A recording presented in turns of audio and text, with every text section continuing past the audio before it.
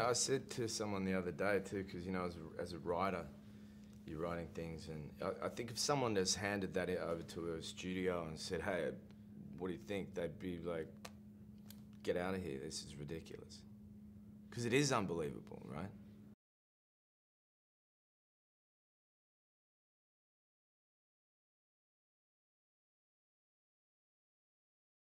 I'd already been familiar with the relationship of Jimmy Bolger with his brother because a friend of mine had done a TV series that was loosely based on the scenario in Boston. They set it in Rhode Island. And I'd read about Jimmy in his, you know, when he was captured in Santa Monica. But I didn't know about John Connolly so much. And then when I read the script, I thought that was fascinating because, you know, he was this guy who had looked up to Whitey as a kid, like all the other neighborhood, probably kids in South Boston who aspired to be sort of crooked and he didn't have the natural leadership qualities or charisma that Jimmy had that allowed Jimmy to kind of rise to the top of his chosen profession. And that this scenario, sanctioned by the FBI of bringing in dangerous criminals in order to become informants for the common goal of bringing down the mafia, created a scenario that then, you know, was so dangerous to the entire city that opened a space up for one man essentially to kind of rule the town, and became the downfall of a guy who thought he was doing the right thing to create his own ambitious needs, and yet went so far down a path that he lost sight of who he was.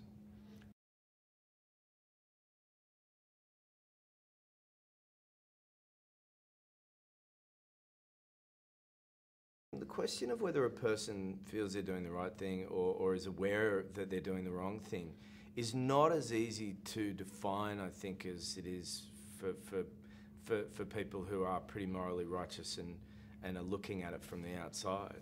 I mean, the concept of human fallibility, I think, is a very rich and complicated psychology. And I know myself, I've been traveling down pathways that I thought, I'm not doing any damage, I'm not, you know, doing anything wrong. And then you look up and you go, wow, I really traveled far down a pretty dark path, you know, when you talk about things, not just crime, but you know, the way you treat yourself or the way you treat others in relationships. So, you know, I think people can lose sight of things because it's hard to manage or judge yourself when you're sitting in the driver's seat.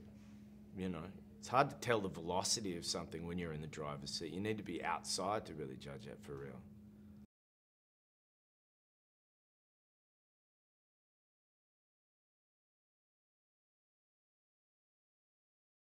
Well, you know, knowing that Johnny was and his relationship with Scott, the director, that they were really striving to really bring Jim Bolger to life from the outside, and then, as Johnny has done so wonderfully well, I think embodied him from the inside and filled out that outward show with a good psychology. You know, there was a real responsibility, I think, an interest from the rest of the cast to go, okay, well, what can we do to get closer to our real characters? John, I had footage of in you know, daytime interviews, courtroom footage, where he became very passionately engaged in verbal arguments with Fred Weishak. So many people have written about it. FBI agents came out of the woodwork and had information for me about John, or opinions really, that he was a peacock, that he adapted to be whoever he needed to be with whoever he was with. The one thing I stopped short of was trying to meet John, because I just knew from the beginning that his version of events were not exactly the version of events that we were telling in our story, and I felt that would be an unfair excursion. And I had enough to know what he looked like, felt like, and I had to disconnect from thinking that I was telling the absolute truth, because who knows the absolute truth? Everybody has an opinion.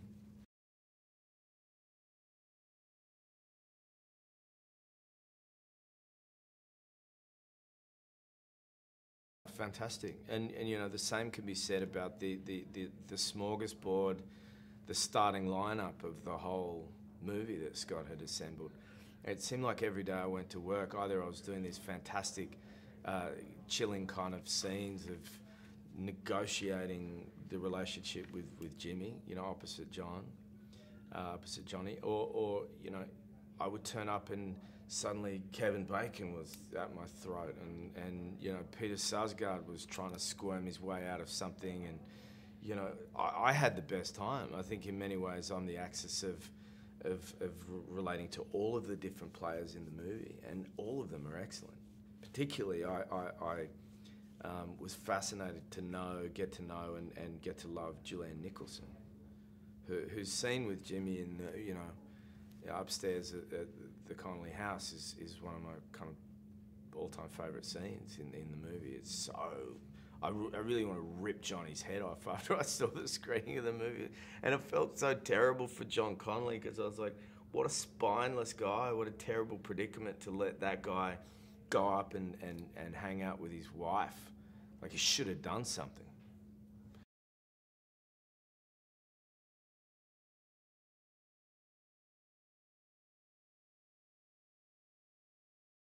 Yeah, all the women are collateral damage, but I mean, when you think about Juno's character being, you know, a victim, a terrible victim, Dakota's character is the only strong voice that's willing to have any sort of dissension towards Whitey, and willing to kind of, you know, go toe-to-toe with him, which is excellent to watch.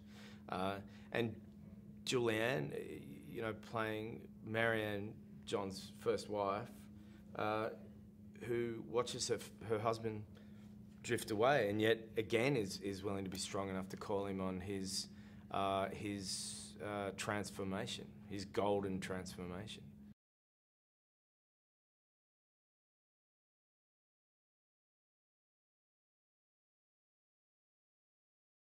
Well, you know, like, hats off in many ways to, you know, not to take anything away from any actors in the history of all great performances, you know, but I mean, first of all, hats off to costume, makeup and hair departments, you know, that create the world that we're allowed to operate on, you know, that create the outward stuff that we need that helps us to do the other stuff.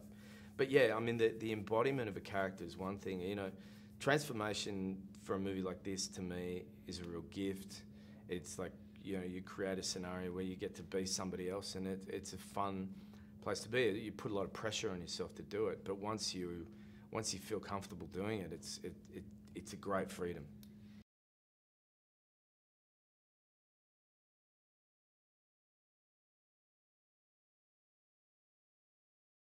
Well, Scott is pretty amazing. I think Scott had, you know, before I really knew Scott, I met him about a year before this movie, and talked about being interested in doing something together. But he just seemed to have already gotten performance out of actors who were already fantastic, and shown us different sides of them, or elicited a more interesting performance in a different fashion. I mean, Christian Bale is an exceptional actor and so transformative, and Scott got a real warmth and open-heartedness out of Christian in Out of the Furnace, and a real dangerous kind of caged anxiety out of Casey Affleck. And you know, I was just fascinated to work with Scott, because it's like he somehow takes actors who are already good and just shows another dimension. But as an actor, he loves. As an actor turned director, he loves actors, and you find when you work with a lot of directors, they're a little kind of wary of actors, or they don't know how to talk to them or whatever. But Scott loves them.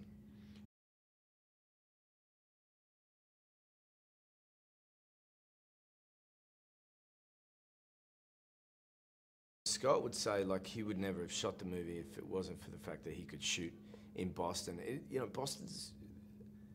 I love it when a movie is, you know, populated by characters, but the city itself becomes a character.